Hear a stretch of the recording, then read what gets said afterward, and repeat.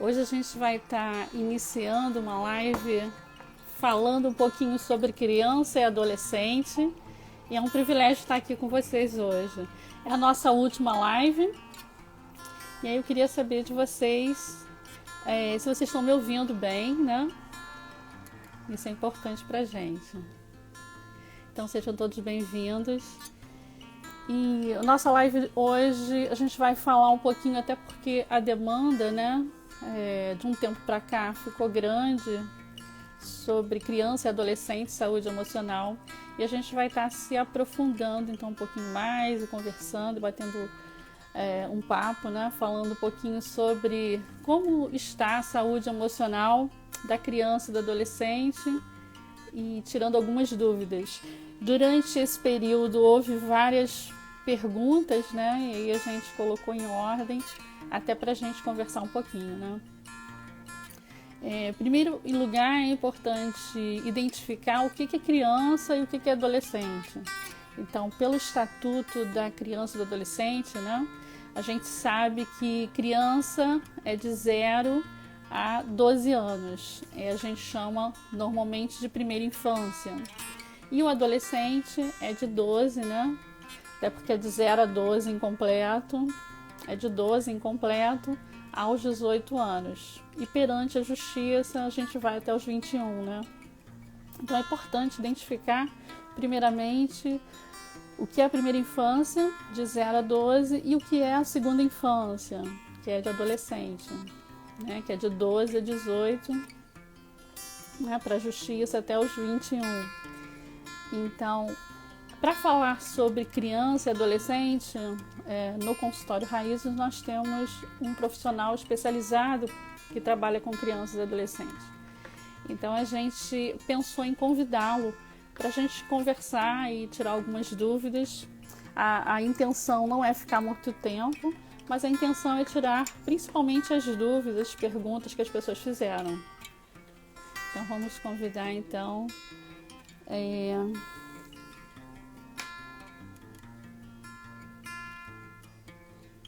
convidar. Ele já está online.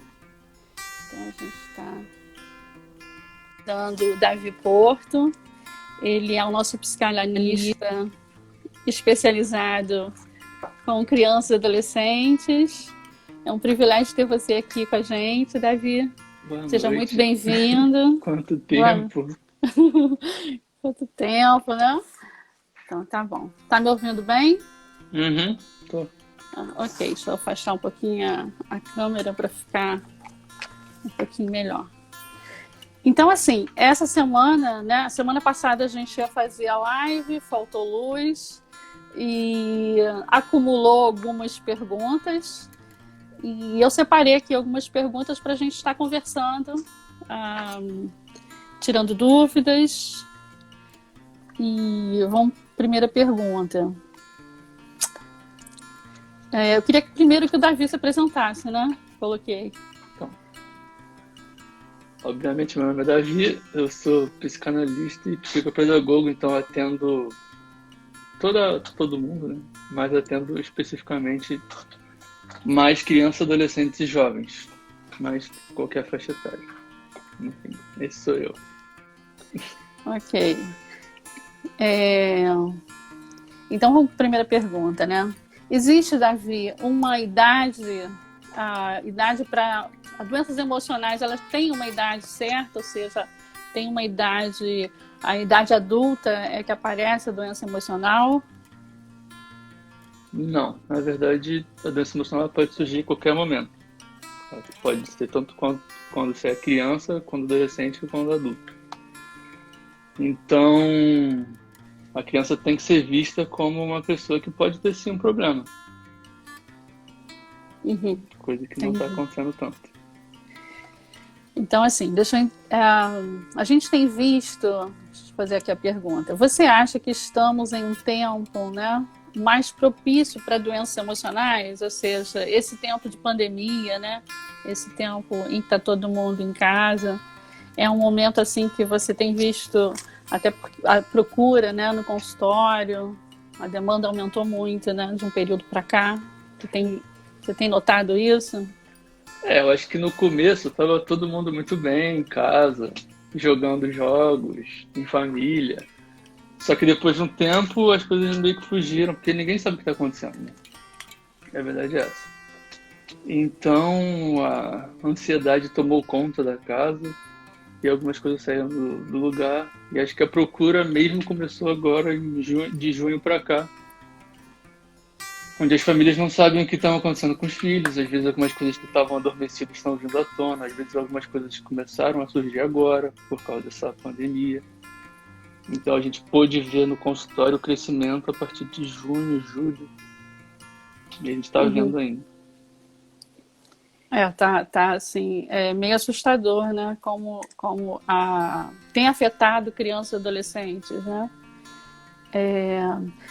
Aí eu queria te perguntar, facilita, no caso, por exemplo, quando eu atendia criança e adolescente, eu tinha muita dificuldade, às vezes, de acompanhar a faixa etária delas, as séries, o que elas gostavam. Te facilita ter, assim, uma idade, né? Eles têm mais abertura para falar. Eu sempre começo as minhas consultas com a criança, né? Depois de ter a primeira consulta com os pais, eu sempre falo isso, falo que a minha idade não sou tão velho, então tudo que elas falarem eu vou entender, assim. Quando eu não entendo, eu procuro entender. Então, por exemplo, tem um jogo muito na moda agora que é um tal de Roblox. Você não conhece, com certeza. Mas eu tenho que conhecer. Então, assim, são pequenas coisas que eu acho que fazem diferença você Muita. ter um maior contato com esse mundo infantil, juvenil. Uhum. Então, eu tenho que estar inserido nisso. Eu lembro que quando eu atendi adolescente, eles falavam várias séries, inúmeras séries, e aí, tia, você viu? E eu não tinha visto nada, não entendia nada da língua deles, então assim, era bem mais complicado, parecia que era uma, né, eu tinha que às vezes assistir algumas séries para acompanhar, mas fica mais difícil. Então facilita então também até assim Até a a linguagem, forma, as a gírias linguagem, deles, eu entendo. o jargão, né? Tá passando um pouco, eu tenho que me renovar, mas dá para entender ainda. Ok, vamos então mais uma pergunta aqui. Por que tem afetado tanto as crianças? Então, assim, de junho para cá a gente tem visto que o consultório tem aumentado a demanda com criança e adolescente. Então, pelo que você tem analisado, né, acompanhado as crianças e adolescentes, o que tem afetado tanto essa faixa etária, né, nesse tempo? Eu acho que isso tem afetado todo mundo, na verdade. Só que por serem crianças e não terem a maturidade, não terem tanta maturidade, né? Isso acaba afetando elas, porque se está afetando o pai delas, automaticamente afeta elas. Mesmo que os pais tentem, sei lá, Uhum, remanejar e tal, vai afetar elas. Então acho que a falta da maturidade pesa um pouco.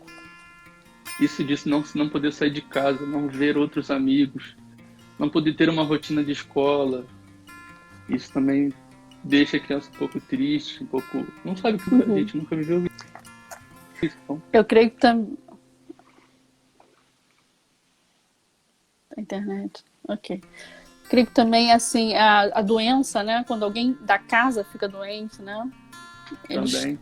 eles tendem a aumentar, né? Alguns têm visto também parentes ou pessoas próximas falecendo, então são coisas que deixam eles um pouco afetados. E também, assim, o que eu noto que há um tempo atrás, quando alguém ficava doente, né? Quando algum parente, a gente visitava. Já dessa vez, não, né? A pessoa fica doente, fica isolada. Então, a criança e o adolescente, elas escutam tudo, elas entendem tudo, mas distantes, né? Fora É. também, Davi, que quando acontece, já teve pacientes teus também, com luto, né? Pessoas que falecem na família. De repente, né? O avô, o tio, às vezes o pai, né? Uhum. E como é que é essa situação para o adolescente, para a criança? É complicado, ela não tá conseguindo saber lidar com isso, né? Porque, como você disse, antes ela ia, visitava, ou ia no enterro, participava daquele momento de despedida, e agora não tem como. Ela Uhum. simplesmente perde e não sabe o que aconteceu. Ainda mais quando é criancinha, os pais têm que ter muito cuidado na hora de contar, explicar. Então, tem sido um momento bem complicado também por isso, né? Bem complicado. Outra pergunta aqui, ansiedade, ela tem um fator genético? Então, tem estudos que dizem que a ansiedade tem 30% de fator genético e os outros 70% de fator ambiental. O que seria ambiental? É tipo, tudo que acontece com você gera sua ansiedade. Então, você nasceu, você viveu e as consequências da sua vida geram a sua ansiedade ou não, né? Mas vamos lá, se você tem uma pessoa na sua família que tem ansiedade, você pode sim ser uma pessoa ansiosa. Essa ansiedade é só da casa? Ou você tem visto que é mais... Tá meio coletiva, né, a sociedade, né? Essa ansiedade em si, atualmente, nesse ano de 2020, é uma ansiedade coletiva, né? É uma ansiedade que todo mundo que está inserido nesse mundo está tendo essa ansiedade de cadê as vacinas. Então, é uma ansiedade coletiva. Todo mundo está participando dessa ansiedade. Então, as pessoas que já são ansiosas estão mais ansiosas. E as pessoas que são zero ansiosas têm um pouquinho de ansiedade. Então, todo mundo está ansioso nesse momento. Só que a gente tem que tomar cuidado com essas pessoas que já são ansiosas, porque as pessoas que já são ansiosas têm mais propensão a evoluir para outras doenças. Então, tem que ficar ligado. Então, assim, o que é a ansiedade? Ansiedade é um excesso de pensamentos futuros. Aquela pessoa que não pensa no agora, ela só pensa no futuro. Por exemplo, eu tenho uma festa no próximo sábado, eu fico pensando nessa festa. Só que chega nessa festa e eu penso na próxima festa. Eu nunca estou feliz com o que eu tenho no presente. Estou sempre buscando o futuro. Então, isso é uma ansiedade excessiva.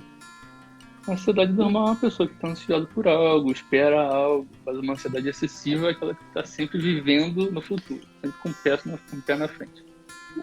E aquele conteúdo fica martelando, né? 24 horas na cabeça, né? Torturando a pessoa, né? E dá alguns sinais, né? Dá alguns efeitos, né?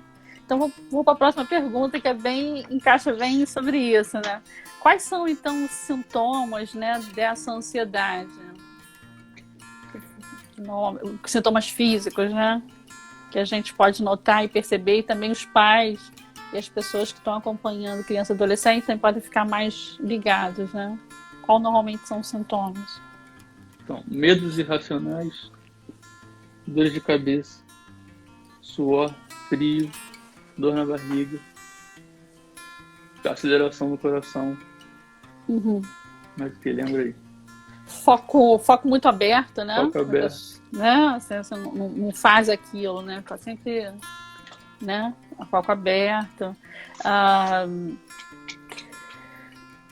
Falta de ar.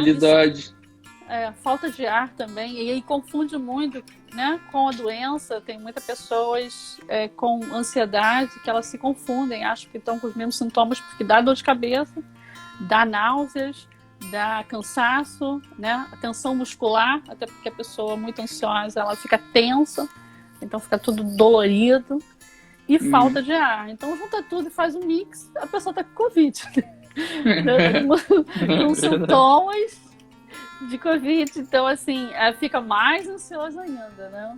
Então, até a gente traduzir, né, em terapia para criança, né, e trabalhando esse conteúdo, elas normalmente chegam no consultório bem com sintomas de Covid, né, já sendo internadas na cabeça dela. Então, assim, tem sido um tempo, assim, bem atípico, né? Eu vou botar outra pergunta aqui que fizeram. Se não for...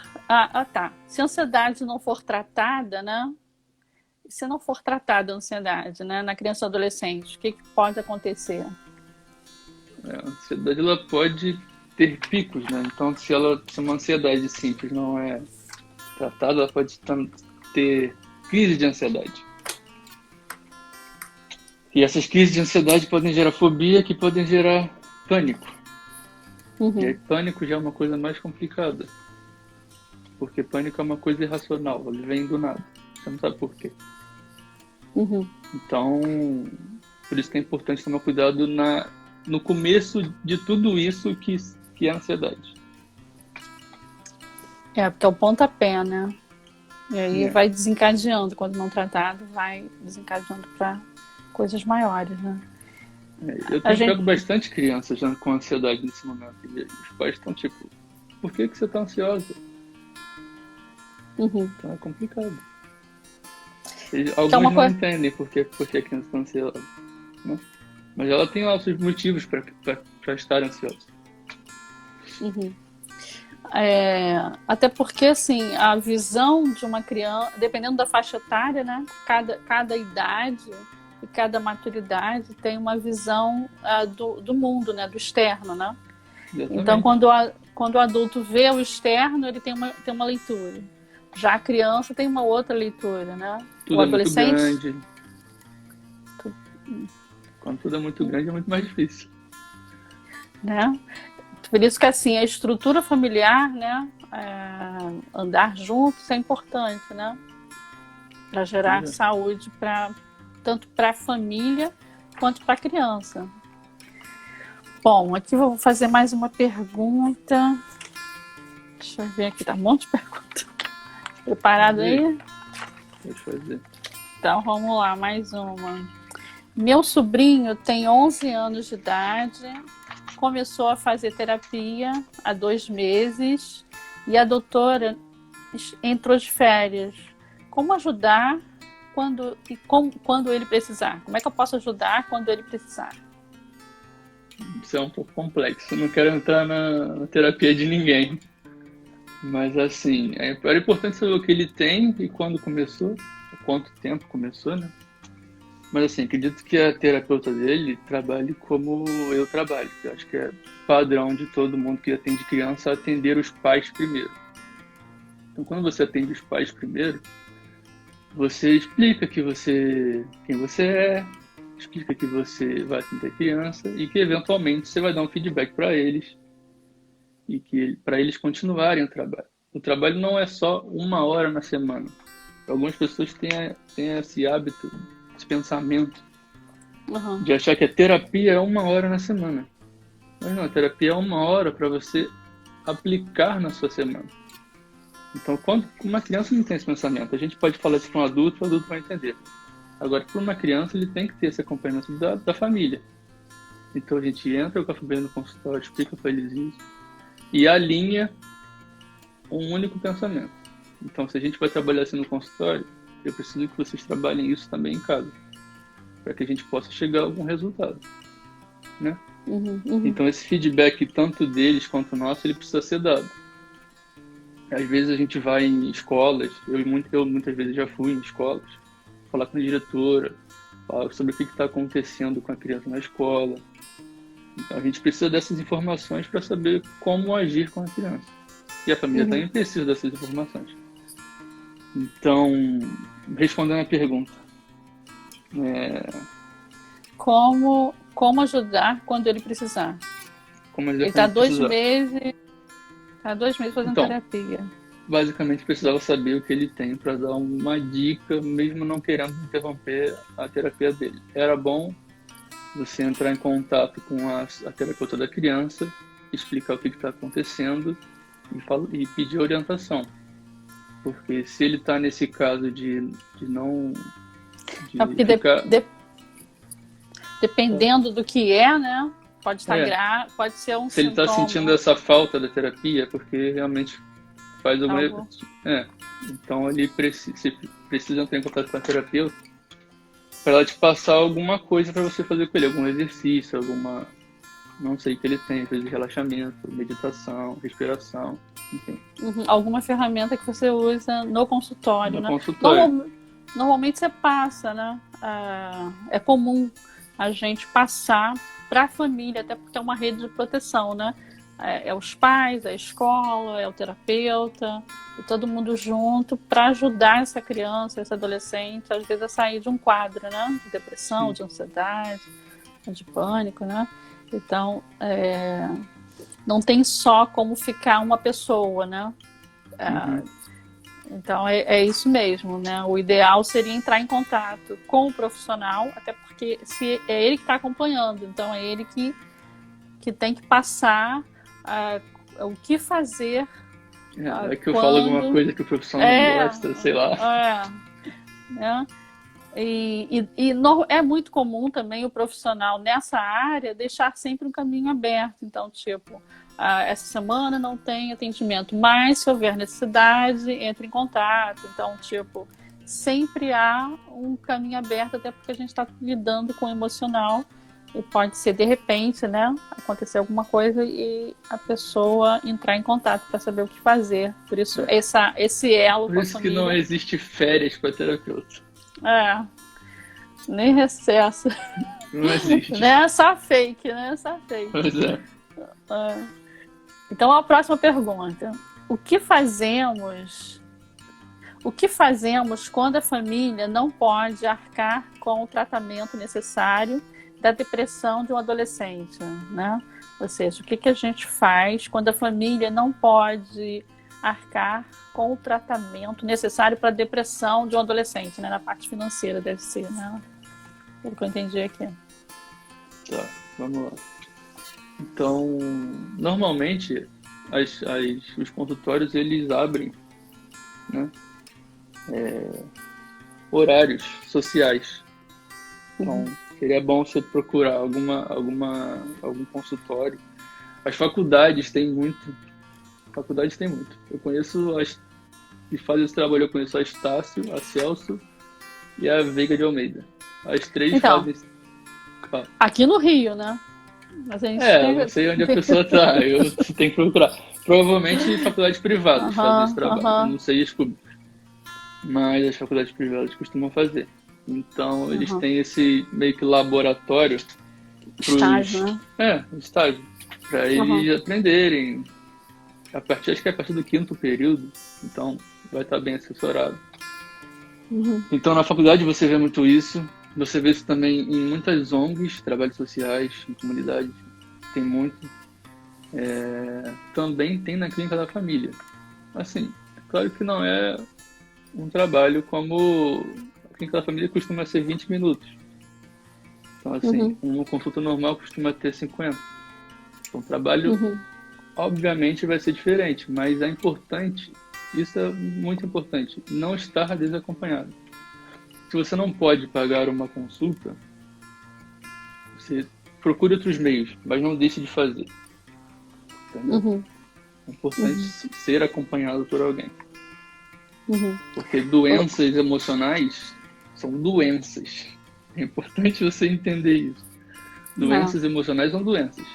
Não é porque são emocionais e você não enxerga, você não vê fisicamente que você está tranquilo. São doenças em que se você não tratar, isso vai evoluir para outra coisa. Então procure ajuda.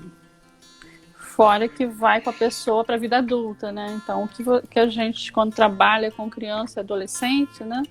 A gente faz uma prevenção, né? A gente faz coisas que eles poderiam adoecer, né, futuramente, eles, né, podem mudar o rumo, muda o rumo da história deles já na infância, já na adolescência. Isso é muito legal de assistir. Eu acho maneiro assistir como terapeuta essa evolução do paciente quando é criança. Muito legal. Lá no consultório Raízes também a gente tem uma forma de sempre ajudar, né? Como é que é a forma que a gente normalmente ajuda? Cada terapeuta disponibiliza alguns horários, né, para atender as pessoas que não podem pagar tanto. Então são os horários populares, social, né? Populares, social, popular. Então cada profissional disponibiliza um horário, alguns horários, né? Na agenda, né? Bem procurados, então tem poucas vagas, mas nós temos, como todos os outros normalmente têm. Então é uma forma de todo profissional, opções, né? tem. Acredito eu, de estar ajudando de forma diferente, né?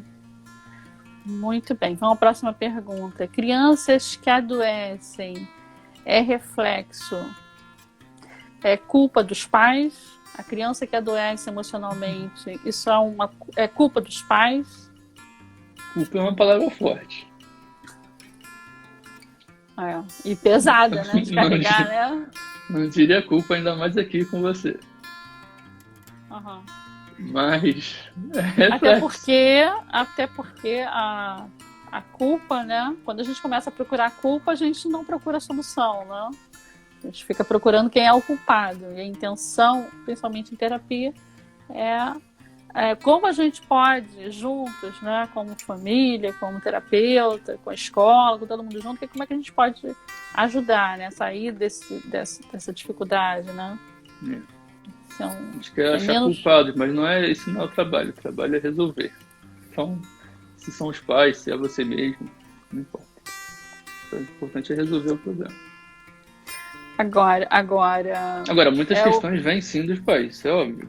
Você está vivendo com seus pais desde criança, você suga muita coisa deles, coisas ruins e coisas boas. Uhum. Né? Então, é normal isso.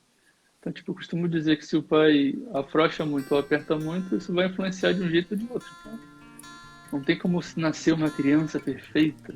Sempre vai ter alguma coisa que a gente vai associar a um erro dos nossos pais. Uhum. Mas são erros comuns que vão acontecer.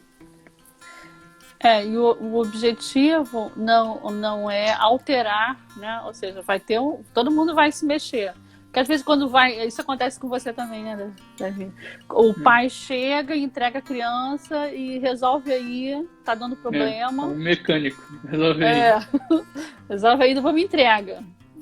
Né? Tem pai que não gosta de se envolver na terapia. É importante se envolver. Porque, como eu disse, é um trabalho que vai além de uma hora. Precisa entender o que está acontecendo com a criança. E às vezes a criança sente essa falta do comprometimento do pai.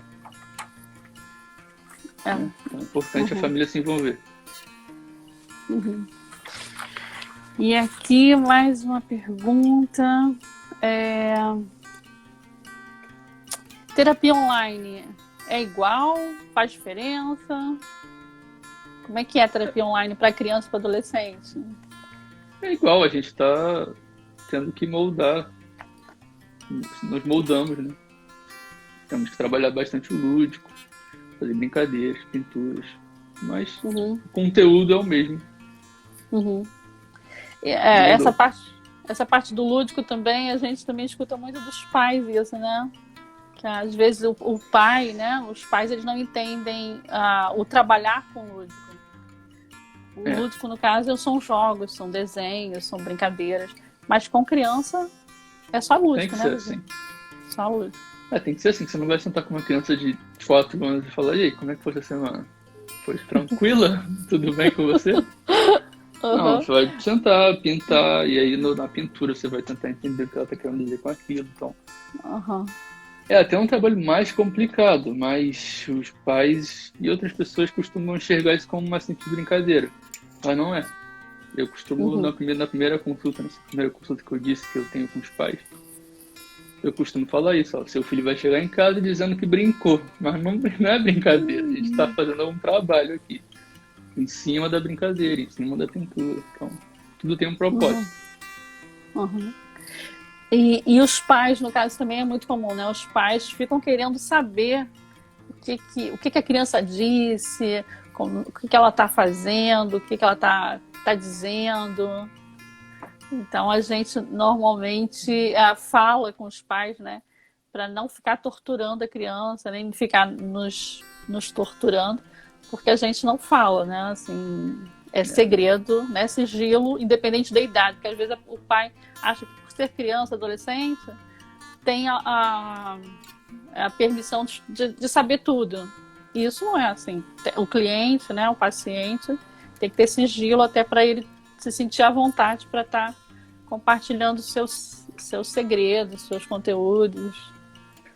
Demora você conquistar a confiança, não só da criança, mas como de qualquer paciente. Então, se nas primeiras consultas eu chegar e falar com o pai tudo que ela me falou, acabou a terapia. Porque ela vai ficar querendo esconder toda a verdade por trás das coisas que ela fala. Então, ou que ela desenha, que ela brinca. Então, é importante esse sigilo entre terapeuta e paciente. É claro que coisas pontuais, coisas sérias, coisas que eu sei que vão mudar o rumo da consulta, eu chego para a criança, quando ela tem uma certa idade, e falo se ela quer contar isso para os pais. E aí a gente faz uma reunião, nós 4, 2 pais, a criança, eu, a gente conta num ambiente tranquilo, onde eu sei que os pais não vão brigar com ela, não vão bater nela, porque tem isso também. Então, Prepara a o gente pai, constrói né, todo esse ambiente, tipo, a criança vai falar, você vai falar, cada um tem seu tempo, e aqui depois a gente acaba e pronto. Uhum. Então a gente também faz esse trabalho de da acompanhamento, família. né? Não, é importantíssimo, né? Família, ela é fundamental, né? Nessa parceria. Por que você escolheu essa especialização com criança e adolescente? É legal dizer que eu atendo todos, mas eu me especializei em criança e adolescente. Por quê? Porque eu gosto de ver, de ver a mudança no começo da coisa. Então, se hoje nós somos o que somos, foi porque nós crescemos de algum jeito, né? E se a gente mudar esse, digamos, erro na matriz, lá atrás, na raiz, possa, né? Limpar e consertar. A gente possa construir coisas diferentes. E fazendo psicopedagogia, eu me encantei pela área infantil. De verdade. Eu gosto muito de criança. Quem me conhece sabe que eu gosto muito de criança. A Juliana tá me vendo, ela sabe que eu gosto muito de criança. Então, isso já me fascinava antes. E fazendo psicopedagogia, eu gostei muito de cada matéria que eu fiz. Gostei muito. Então, foi uma área que eu fiquei apaixonado e isso me motiva. Sabe? Uma coisa que eu realmente gosto de fazer, de estudar, não é um trabalho, é uma coisa legal de se fazer. Prazeroso, né? Então isso é muito bom. Trabalhar com vidas, né? E estrutura familiar, né? Não tem preço, porque você não é só aqui e agora, né? É uma projeção de mudança de rumo daquela família, né? Isso, ter essa parte, pode até a família não ter essa noção, né? Mas a gente que trabalha com essa área, a gente sabe. Ver crianças passando por você, famílias passando por você, você vê a diferença. Claro, a pessoa quis ser diferente, não foi o seu trabalho. Isso só foi uma ferramenta. A pessoa ela quis ser diferente e conseguiu. Mudou algo que estava errado ali naquele ponto. Então, ver essa autoconhecimento, né? Passando por você é muito fantástico. Esse processo de a pessoa se autoconhecer, né? Identificar autorrespeito, né? Se posicionar, a forma como se posiciona com a família, a comunicação também melhora, né? Entre a criança e a família, né? Então tem muitos pontos positivos. E agora, para fechar, eu queria que você deixasse, então, algumas estratégias para a gente controlar um pouquinho essa ansiedade. Né? Tem algumas estratégias. O que a gente pode fazer quando a gente observa, né? Principalmente aqueles sintomas que a gente até comentou aqui, né? Quando a gente observa que está passando por alguns sintomas, ou está vendo a criança, né? Está fora, né? Está extrapolando nesses sintomas. O que a gente deve fazer? Quais são as orientações? Primeiro, identificar, quando é criança, né, ter um olhar sensível para a criança, não achar que é bobeira. Olhar e tentar entender, um olhar de uma pessoa mais velha para uma criança. Tentar entender o porquê ela está assim. Não é bobeira. Não é bobeira. Às vezes pode ser manha, mas às vezes pode ser sim ansiedade. Então não é bobeira. Então olhe com esse olhar. Primeiro, então, tentar identificar. Depois, obviamente, fazer uma terapia, tanto familiar quanto individual para a criança. É importante nesse momento para isso não evoluir. Pode ser ansiedade ou depressão, enfim, coisas de saúde emocional. Então é bom que não evolua, me fala. Não, é legal, e porque assim, quando a gente fala fazer terapia individual e familiar, às vezes a pessoa pensa que tem que fazer um negócio e outro. Não, ela é junto. O profissional, o psicopedagogo, né, o psicanalista, ele normalmente trabalha tudo junto. Então, a consulta, né, normalmente é uma vez por semana. Então, há semanas que ele chama a família, há semanas que ele chama a criança ou adolescente, há semanas que ele chama todo mundo junto, há semanas que ele chama Já o chamei só os pai, irmãos. Só os só os irmãos. irmãos Às e vezes tal. tem briga entre irmãos. Eu chamo os dois e aí a gente conversa. A gente fala, por que Isso você aí! odeia ele? E aí, fala. A gente resolve. Uhum. Isso aí. Então é legal porque o ambiente do consultório é um ambiente neutro. As pessoas se sentem, entre aspas, calmas Acolhidas, né? ali, acolhidas. Não tem por que ter briga. Eu não deixo também levantar a voz. Você Uhum. está ali com uma terceira pessoa que é a autoridade, então você não deixa as coisas saírem do lugar. Então, Uhum. é um ótimo ambiente para resolver as situações. Então Terapia. Terapia, Sim. identificar, fazer terapia. Uhum. Atividade física é muito importante. Muito bom. Qualquer uma. Corrida. Ir em casa, você pode fazer um HIIT, um cardio, qualquer coisa. Enfim. Zumba. Alguma coisa. Atividades físicas em geral. Uhum.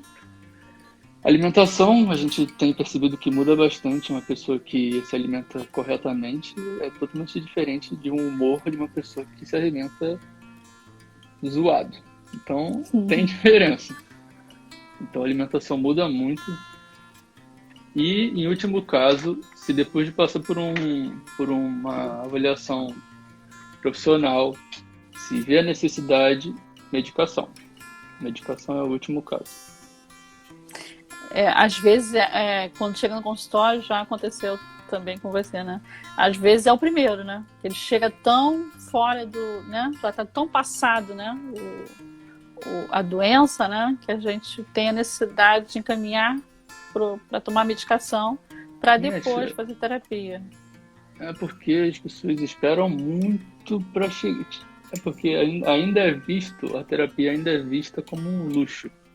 A saúde emocional é vista como um luxo. Não é algo normal, tipo, vou ao médico, vou ao terapeuta. Não, é um luxo. Então você espera chegar no último, você tá surtando, tá com a cabeça horrível, e aí você vai. Só que quando você for, o trabalho já passou do difícil.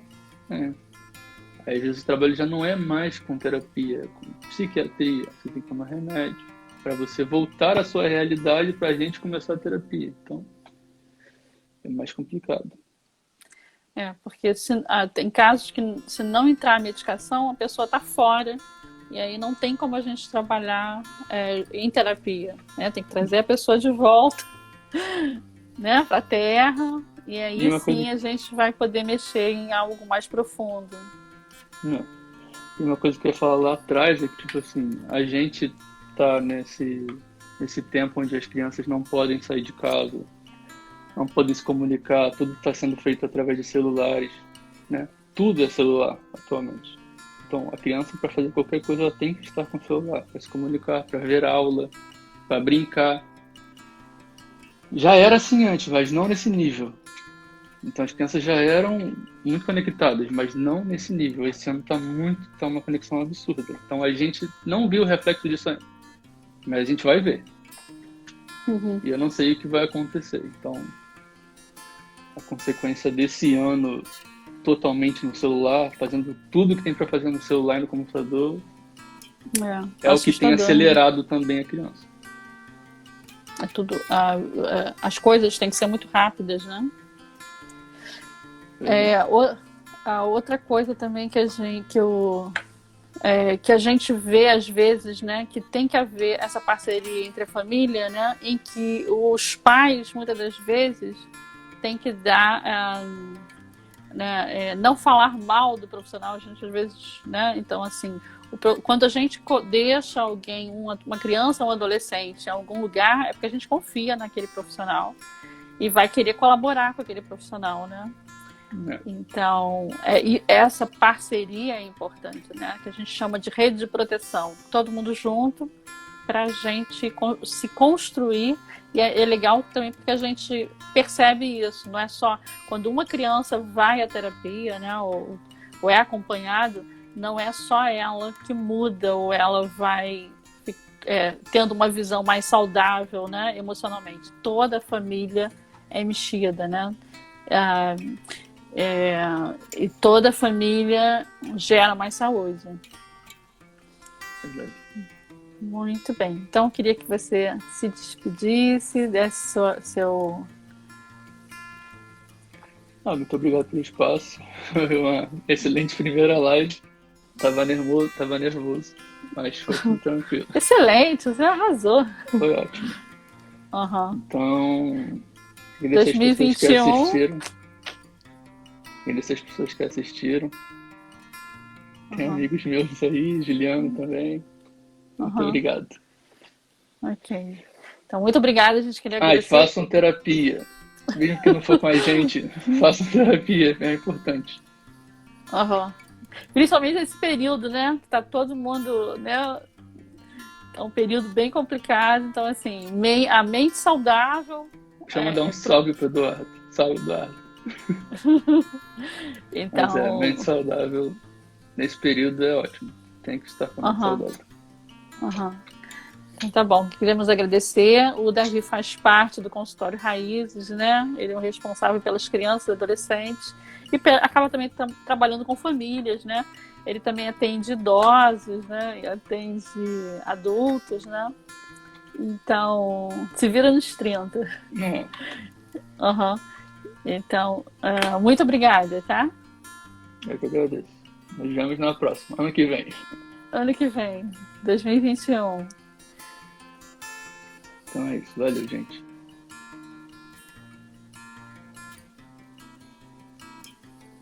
Então a gente queria agradecer a vocês que ficaram até essa hora com a gente, né? Pontuamos algumas perguntas que nos foram dadas. Espero que vocês tenham gostado. Essa é a última live de 2020, fechando com chave de ouro. Consegui, depois de tanto insistir com o Davi, várias vezes, ele conseguiu participar dessa, e pelo que eu estou vendo, acho que 2021 promete, né? Ele vai participar de outras. Foi um prazer e boa noite, feliz ano novo para vocês, que seja um ano novo, né? E que a gente aprendeu muita coisa em 2020, que a gente carregue tudo isso aí para 2021, né? Que a gente possa ser grato por tudo que acontece, né? Tá bom? Privilégio para estar aqui com vocês. Deus te abençoe. Até o próximo live.